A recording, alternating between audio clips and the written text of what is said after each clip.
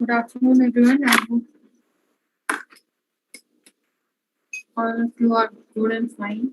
And everyone in your family is also doing well. So let's just wait for one more minute for other students to join in, and then we'll start the lecture.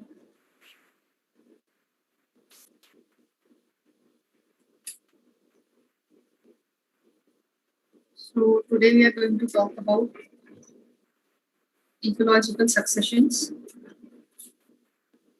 and their types, and we're going to talk about the type of ecosystems. So today we'll talk about. We primarily start the main part of your this chapter. So we're going to talk about the types of ecosystems, and in the upcoming lectures, we are going to take each and every ecosystem like desert ecosystem, aquatic ecosystem, forest और terrestrial ecosystem. तो basically एक एक ecosystem को लेके we are going to elaborate about it. We are going to learn about the species that are present, and through images etc we will be able to identify the types of ecosystems. ठीक है, तो ये थोड़ा interesting है. अगर किसी को थोड़ा फिजिकल ज्योग्राफी में या लैंडस्केप्स में ट्रेकिंग में इन सब में इंटरेस्ट है या बेसिकली एक जनरल इंटरेस्ट है टुवर्ड्स योर नेचर, तो आप ये एक इंटरेस्टिंग टॉपिक होगा आगे. ठीक है, so we are going to start particular I'm going to share the slide with you now, and let's just start with the lecture.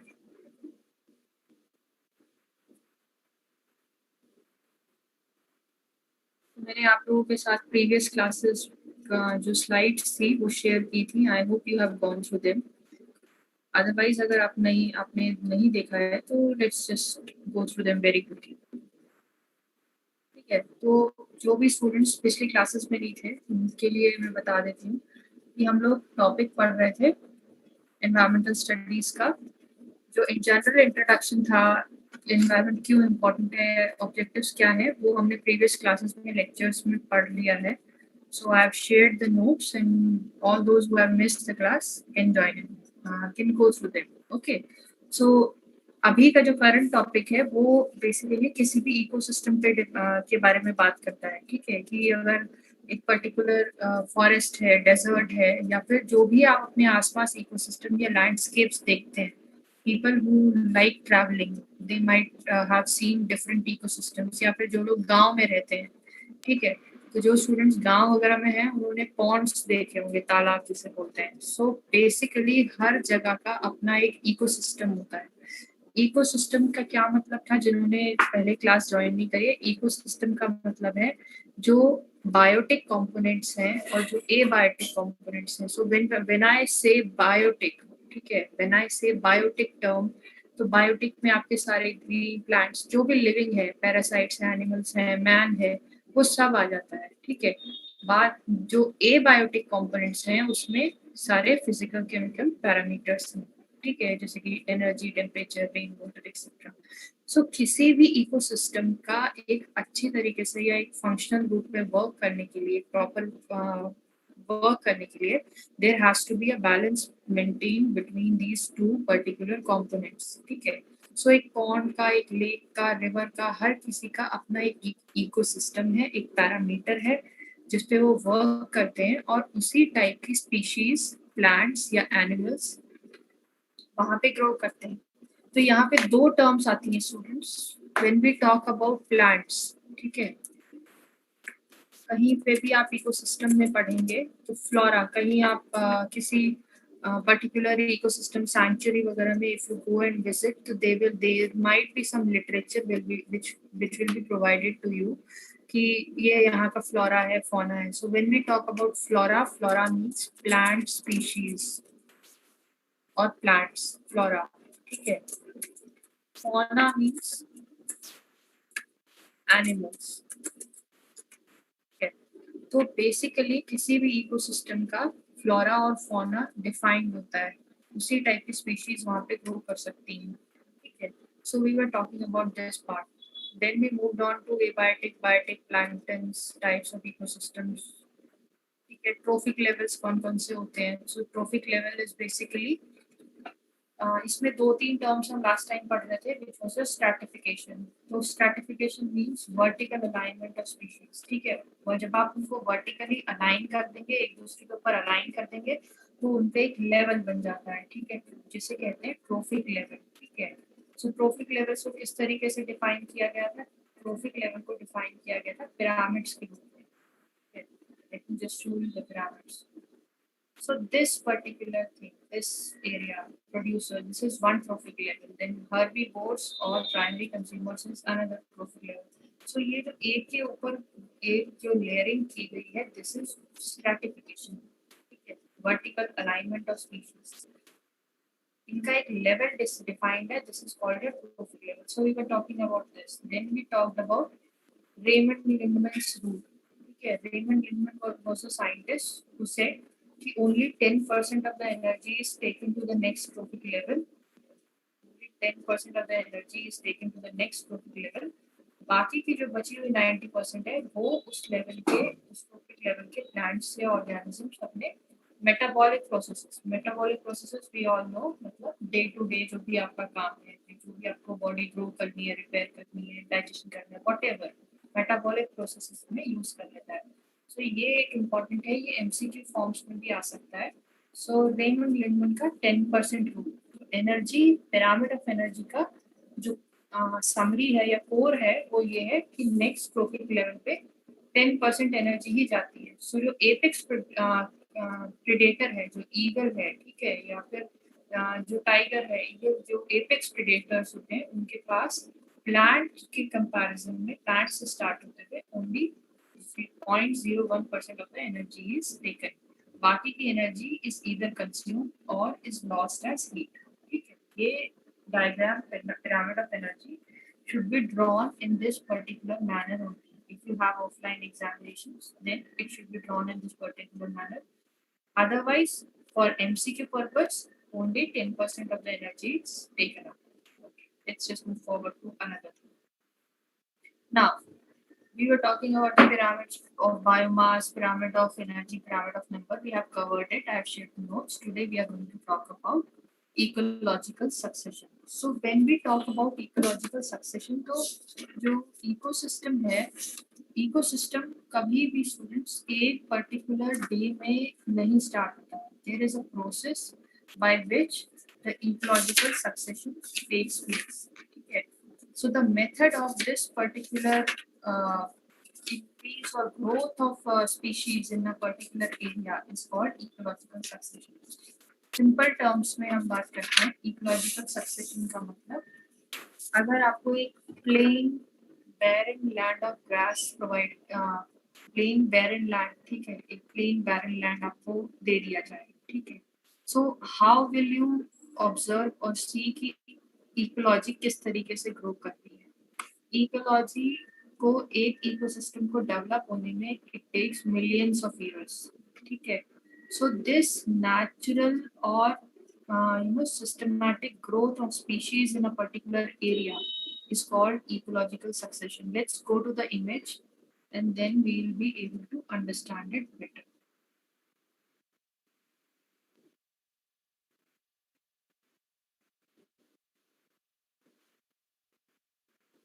Okay. A characteristic feature of biological communities is that their structure and composition changes according to certain changes in environmental conditions. Some of these changes occur in more predictable and orderly fashion. The phenomena through which these changes occur is called ecological succession. ठीक है, जो biological communities होती हैं, let's just understand the first point. जो biological communities होती हैं, उनका structure और function depend करता है environmental changes पे. तो कुछ changes, some of these changes are more predictable and occur in orderly fashion, मतलब एक के बाद एक होते हैं. So this phenomena through which these changes occur is called ecological succession. You can club up these 3 points and write the definition.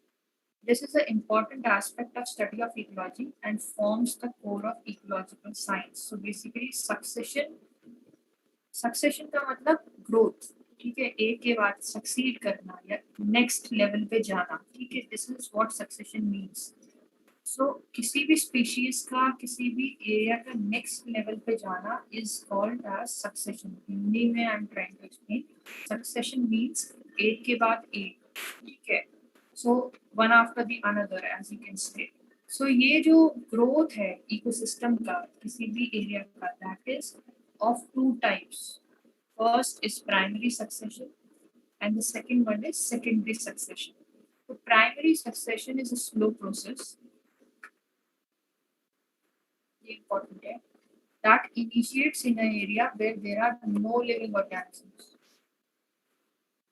ये दो चीजें primary succession के लिए, ये दो चीजें important है, ठीक है. It's a slow process and it initiates in the area where there are no living organisms. Secondary succession begins in the area where once inhabited but destroyed due to environmental disturbances. Secondary successions वहाँ होता है जहाँ पे कि environmental disturbance की वजह से या किसी environmental factor की वजह से, मतलब बाढ़ आ गई या फिर फायर हो गया या फिर सॉइल का पीएच वैल्यू चेंज हो गया, डेजर्ट मतलब रेनफॉल नहीं हुआ कई साल तक, ठीक है, ड्रॉट सिचुएशन आ गई, इस टाइप के environmental disturbances like drought situation, fire, flooding, इस टाइप के सिचुएशंस में सेकेंडरी सक्सेशन ऑब्जर्व किया जाता है. This is generally faster as most of the other factors are already present. अब images में कुछ just अगर किसी स्टूडेंट को डाउट होता है तो बीच में इंटरप्ट करके अनम्यूट करके मुझे स्टॉप करके बोल सकते हो, ठीक है. तो सक्सेशन मतलब किसी भी एरिया में स्पीशीज का ग्रो करना, ग्रेजुअल ग्रो करना, ठीक है. अब ये दो टाइप्स का है. एक है प्राइमरी सक्सेशन, जहाँ प्राइमरी सक्सेशन वहां से स्टार्ट होता है जहाँ पहले कुछ भी नहीं था, ठीक है. सेकेंडरी सक्सेशन वहां से स्टार्ट होता है जहाँ पे कि पहले कोई स्पीशीज या प्लांट्स एग्जिस्ट करते थे, but because of environmental disturbances, drought, fire, flooding की वजह से वहाँ पे जितनी स्पीशीज थी या फ्लोरा एंड फौना था वो डिसरप्ट हो गया या खत्म हो गया, ठीक है. तो ये रिलेटिवली फास्टर है. अब इमेजेस में इसको रिकॉग्नाइज कर लेते हैं. Okay. So this particular image I have taken it from internet. This particular image is basically an example of primary succession. तो सबसे पहला जो फैक्टर जो ऑब्जर्व करना है हमको है वो एक्स एक्सिस स्केल पे लिखा हुआ है. So what has been written? Hundreds of years, ठीक है. पहली क्या स्टेज है? Pioneer stages. फिर है intermediate stages. Then there is climax community. One should be very clear कि प्राइमरी सक्सेशन में 3 स्टेजेस हैं. Pioneer stage, intermediate stage and climax community. ये तीनों ही स्टेजेस को आपको जब भी प्राइमरी सक्सेशन का कुछ आता है, कोई नोट आता है, then you need to mention this कि primary succession starts at a place where there were no species present in initial stages, but over hundreds of years ये एक अच्छा complete community या ecosystem बन जाता है. और इसमें 3 stages हैं, pioneer stages, pioneer, intermediate and climax community. So when we talk about pioneer stage, जैसा कि आप इमेज में देख सकते हो, पायनियर स्टेज में initially there were only bare rocks, then lichens came up, ठीक है. जो लाइकन्स मतलब जो एल्गी, मॉस, लाइकन्स भी एक प्लांट स्पीशीज है, तो बेसिकली ये ग्रो कर जाती है, ठीक है, बहुत इनिशियल स्टेज पे. After that small annual plants lichens are present. फिर over the years perennial herbs, grasses is observed. तो यहाँ तक का जो स्टेज है from bare rock to herbs और grasses, ये आपका pioneer stages है या initial stages है. Intermediate stages में आता है आपका grasses, shrubs, shade intolerant trees. Now this is important. Okay. When we talk about shade intolerant trees, please keep a paper and pen with you. Although I'll provide you all the notes, but please keep a paper and pen with you. यहाँ पे primary succession के 3 major points हैं. First point is it starts at a place where there is no species. ठीक है. Second stage में जो intermediate stage है, यहाँ पे हमने एक टर्म ऑब्जर्व किया है which is your shade intolerant species. इसको ऑब्जर्व कर लेना, बिकॉज अगर आपको मतलब as an ecologist if you are said or if you are asked to observe an ecosystem, so shade intolerant species, यहाँ पे शेड इंटॉलरेंट का मतलब हो गया कि इनका जो फोटोसिंथेटिक लेवल है वो रिलेटिवली कम है. तो अगर थोड़ी सी भी इनको शेड में रखा जाएगा तो they are not able to function well. तो जो इंटरमीडिएट स्टेज होती है किसी भी प्राइमरी सक्सेशन की, वो शेड इंटॉलरेंट ट्रीज की होती है. फिर जैसे जैसे जंगल बड़ा होगा और शेड टॉलरेंट स्पीशीज आएंगी. शेड टॉलरेंट, अब जो लास्ट स्टेज है which is your climax community, it has got shade tolerant species. दोनों में डिफरेंस प्लीज ऑब्जर्व कर लेना. शेड इंटॉलरेंट आता है इंटरमीडिएट में, मतलब ये यहाँ पे वो पेड़ होंगे जिनकी फोटोसिंथेटिक एबिलिटी इतनी स्ट्रांग नहीं है कि अगर थोड़ी भी शेड है तो वो अपना फोटोसिंथेटिक फंक्शन प्रॉपरली कर पाए. बट जैसे जैसे कम्युनिटी ग्रो करती है, इकोसिस्टम ग्रो करता है, प्लांट स्पीशीज ग्रो करते हैं, शेड टॉलरेंट स्पीशीज आ जाते हैं, विच मीन्स कि अगर थोड़ा बहुत शेड भी है या प्लांट्स एक दूसरे के ऊपर या हाइट में एक दूसरे के ऊपर टॉल, जैसे कि इमेज में शो कर रहा है, वो हो जाते हैं, या कैनोपी डेवलप हो जाती है ट्रीज की. The proper word is canopy. So अगर ट्रीज की कैनोपी डेवलप हो जाती है तो भी प्लांट्स सर्वाइव कर जाएंगे. वो स्पीशीज इस कम्युनिटी में, क्लाइमैक्स कम्युनिटी में दिखती हैं या ऑब्जर्व की जाती हैं जहाँ पे कि कैनोपी डेवलप होने के बाद भी आपको प्लांट स्पीशीज ग्रो करते हुए मिल जाएंगे. जबकि जो इंटरमीडिएट स्टेज है उसमें ऐसा नहीं होता. इंटरमीडिएट स्टेज में only shade intolerant species are found. But जैसे जैसे आप कोई भी सिस्टम ग्रो करता है तो स्ट्रॉन्ग होता है, in that same line ecosystem भी whenever as the years pass, so it gets stronger, tolerant और शेड टॉलरेंट स्पीशीज आपको वहाँ पे मिल जाएंगी देखने के लिए. अब ये आता है कि कैनोपी क्या होता है. ठीक है, ये एक टर्म है. तो किसी भी ट्री का ये जो वाला पार्ट है, जो ग्रीनर पार्ट है, विच इंक्लूड्स योर ब्रांचेस, ठीक है, ब्रांचेस एंड लीव्स, इसका एक पूरा जो स्ट्रक्चर है, जो जैसे कि अगर आप अपने नीम के पेड़, घर के आसपास किसी पेड़ को ऑब्जर्व करो, ठीक है, किसी बड़े ट्री को, तो उसका जो ब्रांचेस और लीव्स का सम अप स्ट्रक्चर है, अगर आप उसे देखें तो that is called as a canopy. ठीक है, किसी प्लांट की canopy. So shade tolerant community में अगर कैनोपी डेवलप भी होती है ट्रीज की, बड़े ट्रीज आते हैं, तो भी the other species are able to survive. ठीक है, ये प्राइमरी सक्सेशन के डिफरेंट स्टेजेस हैं. So there are three stages. First is pioneer, second is intermediate, and third one is the climax community. तो intermediate और climax का basic difference ये है कि intermediate में shade intolerant, मतलब कि अगर एक दूसरे के ऊपर पेड़ की हाइट डिफरेंट है और कैनोपी डेवलप होती है तो नीचे की स्पीशीज ग्रो नहीं कर पाएंगे, नीचे के प्लांट स्पीशीज ग्रो नहीं कर पाएंगे. बट लास्ट स्टेज में क्लाइमैक्स कम्युनिटी में शेड टॉलरेंट स्पीशीज भी प्रेजेंट है. ठीक है, तो ये किसी भी सक्सेशन का लास्ट पॉइंट है. बेयर रॉक से स्टार्ट करते करते over the years they have reached a forest. ठीक है, ये प्राइमरी सक्सेशन है और ये मेजर डिफरेंस है प्राइमरी और सेकेंडरी का. तो प्राइमरी में we are starting with the bare rock.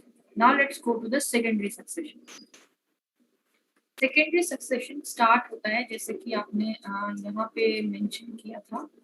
Secondary succession is seen when the species once inhabited is destroyed by drought, flood, whatever, chemical reason भी हो सकता है.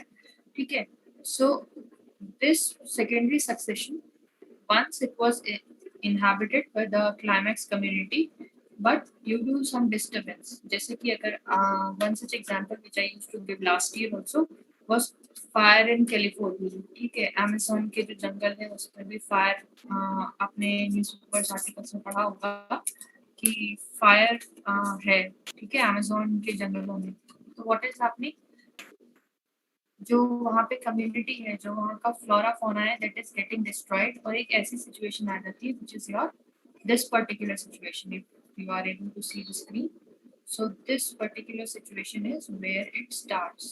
Now what is happening, the biota is the flora and fauna is removed above the soil, but जो seeds हैं, कुछ roots हैं, ठीक है, कोई एनिमल स्पीशीज हैं जो कि आपके ग्रास सॉइल के नीचे रह जाते हैं, या फिर by by some means they survive. तो वहाँ पे फिर से when the condition, when the fire is not there, when the conditions are appropriate, when the rainfall comes, तो ये प्लांट स्पीशीज फिर से ग्रो करने लगते हैं.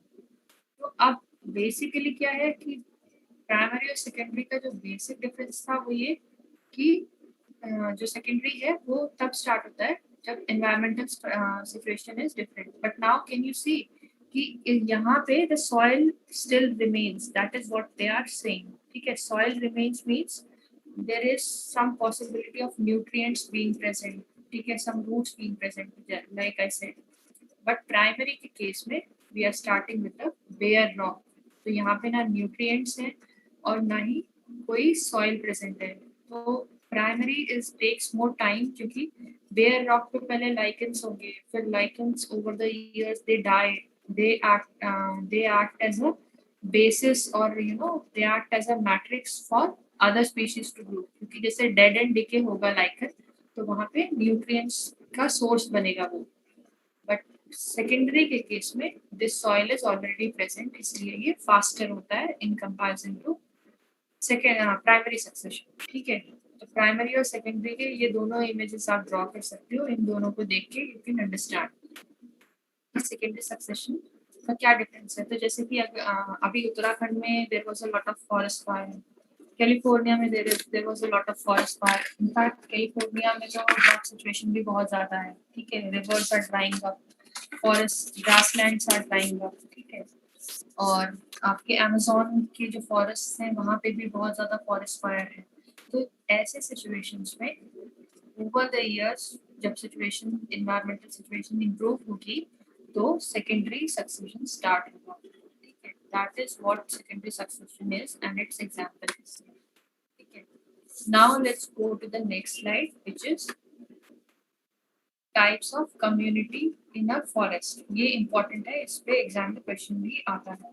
ठीक है, so when we talk about types of community, so we read a term climax community. ठीक है, तो जब क्लाइमैक्स कम्युनिटी, यहाँ पे एक टर्म लिखी हुई है इमेज में which is your climax community. Now what does this climax community mean?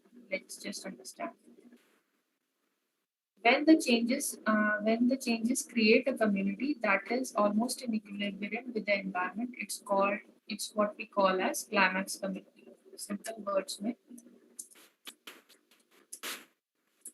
the community of species which is in equilibrium with all the biotic and abiotic components around it is called as climax community. It is a stable community if when environmental parameters are stable. Now, because this screen sharing, we are doing the screen sharing, so let's just understand it. Climax community वो community of species है, या वो community है जो जहाँ पे कि जो बायोटिक कंपोनेंट है और जो एबायोटिक कंपोनेंट है वो इक्विलिब्रियम में, मतलब सब स्टेबल है, ठीक है। ऐसी कम्युनिटी की जो लाइफ होती है वो लॉन्ग होती है अगर कोई एनवायरमेंटल पैरामीटर डिस्टर्ब ना किया जाए तो। जैसे कि अगर आप किसी जंगल में चले जाइए, किसी सैंक्चुरी में चले जाइए, वो एक क्लाइमैक्स कम्युनिटी है, ठीक है। अब अगर वहाँ पे अगर आप कोई एनवायरमेंटल पैरामीटर डिस्टर्ब नहीं कर रहे, ठीक है, कोई पर्टिकुलर स्पीशीज को आप वहाँ से रिमूव नहीं कर रहे, let's just say take an example of Jim Corbett park, ठीक है। वो एक कम्युनिटी है, एक फॉरेस्ट इकोसिस्टम है, ठीक है। किसी I hope any student in this particular class must have visited it. तो जिम कॉर्बेट पार्क जो नैनीताल में है, that is a forest community, ठीक है। वहाँ पे एक particular type of species of animals present है और एक particular type of plants present है, ठीक है। यूजुअली लोग उसको विजिट करने जाते हैं टाइगर को देखने के लिए, टाइगर साथ प्रेजेंट है। तो अगर आप वहाँ के एनिमल्स को डिस्टर्ब नहीं कर रहे हो, अगर वहाँ के प्लांट्स को डिस्टर्ब नहीं कर रहे हो, तो ये जो कम्युनिटी है ये over the years, hundreds of years तक सरवाइव करेगी, ठीक है। बट वहाँ पे अगर आप प्लांट्स की कटिंग स्टार्ट कर दो, ठीक है, ट्रीज की कटिंग स्टार्ट कर दो, या फिर टाइगर्स को वहाँ से पोचिंग कर दो, या फिर वहाँ मतलब poaching means to kill the animal and take it, remove it from its habitat, ठीक है। तो अगर आप टाइगर्स को रिमूव कर दो तो क्या हो रहा है कि इकोलॉजिकल इम्बैलेंस प्रोड्यूस हो रहा है।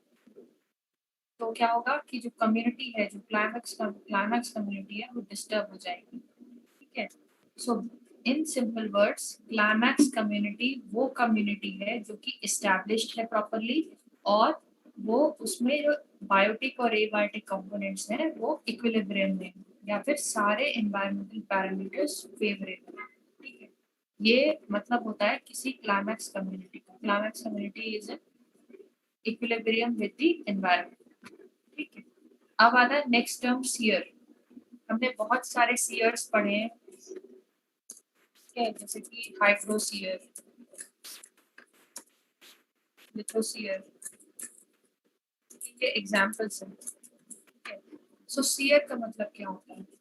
सीयर का मतलब होता है एक पर्टिकुलर, एक इकोसिस्टम में एक सेट ऑफ कम्युनिटी ग्रो करना है। जैसे कि अगर एक जंगल है, ठीक है, ये let's just take an example of Jim Corbett park.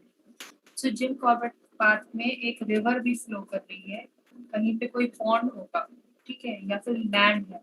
तो स्पीशीज और communities that grow on land in that particular area is called as seer। जैसे कि lithosphere means जो लैंड से रिलेटेड है, हाइड्रोसीयर मीन्स जो वाटर से रिलेटेड स्पीशीज है।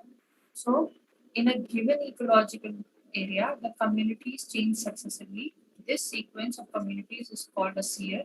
The transitional communities are called serial communities. So hydroseer, lithoseer, तो जो transitions communities के बीच में होता रहता है, that is called a seer. We will talk about it more when we are going to study the type of forest. ठीक है.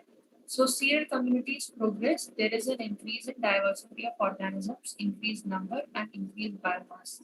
तो बेसिकली सीरियल कम्युनिटीज ग्रो करती हैं एंड जो स्पीशीज का नंबर है वो बढ़ता रहता है, बायोमास बढ़ता रहता है, या फिर ऑर्गेनिजम्स का वेट उस एरिया में बढ़ता रहता है, ठीक है। Let's just take a look at the image. So steps in ecological succession, इसमें 8 स्टेप्स होते हैं, जैसे कि हमने प्राइमरी सक्सेशन में देखा था। So we will talk about it in the next slide. Let's just go to the, we'll talk about it tomorrow. Let's just go to the types of ecosystem because ये कल की class के लिए more important है. So let's just go to the types of ecosystem. So forest ecosystem होता है, fresh water ecosystem होता है जहाँ पे कि concentration of salt is low, ponds, ठीक है। marine ecosystem है, desert ecosystem का example है आपका Thar desert, इंडिया में Thar desert is the example. grassland ecosystems में जो जहाँ जो ग्रासलैंड्स होते हैं, ठीक है, सो बेसिकली प्लेन एरियाज जहाँ पे कि फॉरेस्ट का या कैनोपी ट्रीज की प्रेजेंस कम है, ठीक है, that is your grassland ecosystem. Marine ecosystem is your seas and oceans. So when we talk about forest ecosystem, forest तीन types के हैं, temperate forest, tropical rainforest and taiga forest. ठीक है, let's just identify them with the pictures. So this particular forest is your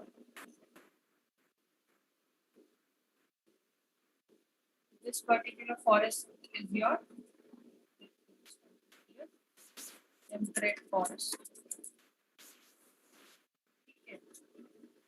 ये आपका ये image हो गई आपकी ट्रॉपिकल रेन फॉरेस्ट. ठीक है, this is tropical rain forest, जो अमेज़न के फॉरेस्ट के इमेजेस देख करके and now you can recognise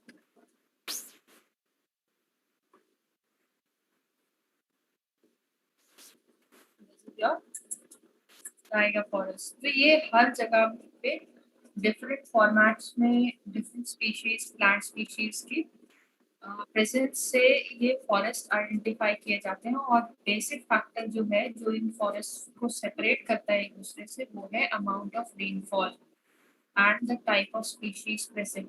ठीक है, सो जो ट्रॉपिकल रेन फॉरेस्ट है उसका सबसे बड़ा एग्जाम्पल है आपका अमेज़न ब्राजील में. ठीक है, टेम्परेट जो फॉरेस्ट हैं ये इसमें एवरग्रीन फॉरेस्ट होते हैं और आपका डेसिडियस फॉरेस्ट. ठीक है, तो ये वाला जो फॉरेस्ट है वो आपको जो नैनीताल वगैरह में या फिर उत्तराखंड में, हिमाचल में जो आप फॉरेस्ट देखते हैं जहाँ पे लीव्स, जो प्लांट लीव्स हैं वो कलर चेंज करते हैं, they become the part of your temperate forest. और ये वाला जो इमेजेस है जिसमें अरोरा आपको you can see is basically your Tiaga forests which are found near Canada and America. तीनों टाइप के फॉरेस्ट डिफरेंट हैं because of their species, because of their environmental conditions. और तीनों ही टाइप के फॉरेस्ट में जो बेसिक पैरामीटर है वो आपका रेनफॉल है. ठीक है, तो ये इन फॉरेस्ट के बारे में जितना भी एक्सटेंडेड स्लाइड्स है that we are going to take up tomorrow. आज के लिए we are going to stop here. ठीक है, तो इकोलॉजिकल सक्सेशन आप लोगों को आई होप समझ में आया होगा कि primary starts with a bare rock, whereas secondary starts whenever there is a ecological disturbance. ठीक है, फायर वगैरह कुछ हो जाए या वहाँ की कम्युनिटीज खत्म हो जाए तब आपका सेकेंडरी स्टार्ट होता है. तो मेन टर्म है सक्सेशन में वो है क्लाइमैक्स कम्युनिटी की. तो क्लाइमैक्स कम्युनिटी के बारे में जब हम बात करते हैं, क्लाइमैक्स कम्युनिटी के बारे में जब हम बात करते हैं तो climax community is the one which is in equilibrium with the environment. Here मतलब different types of communities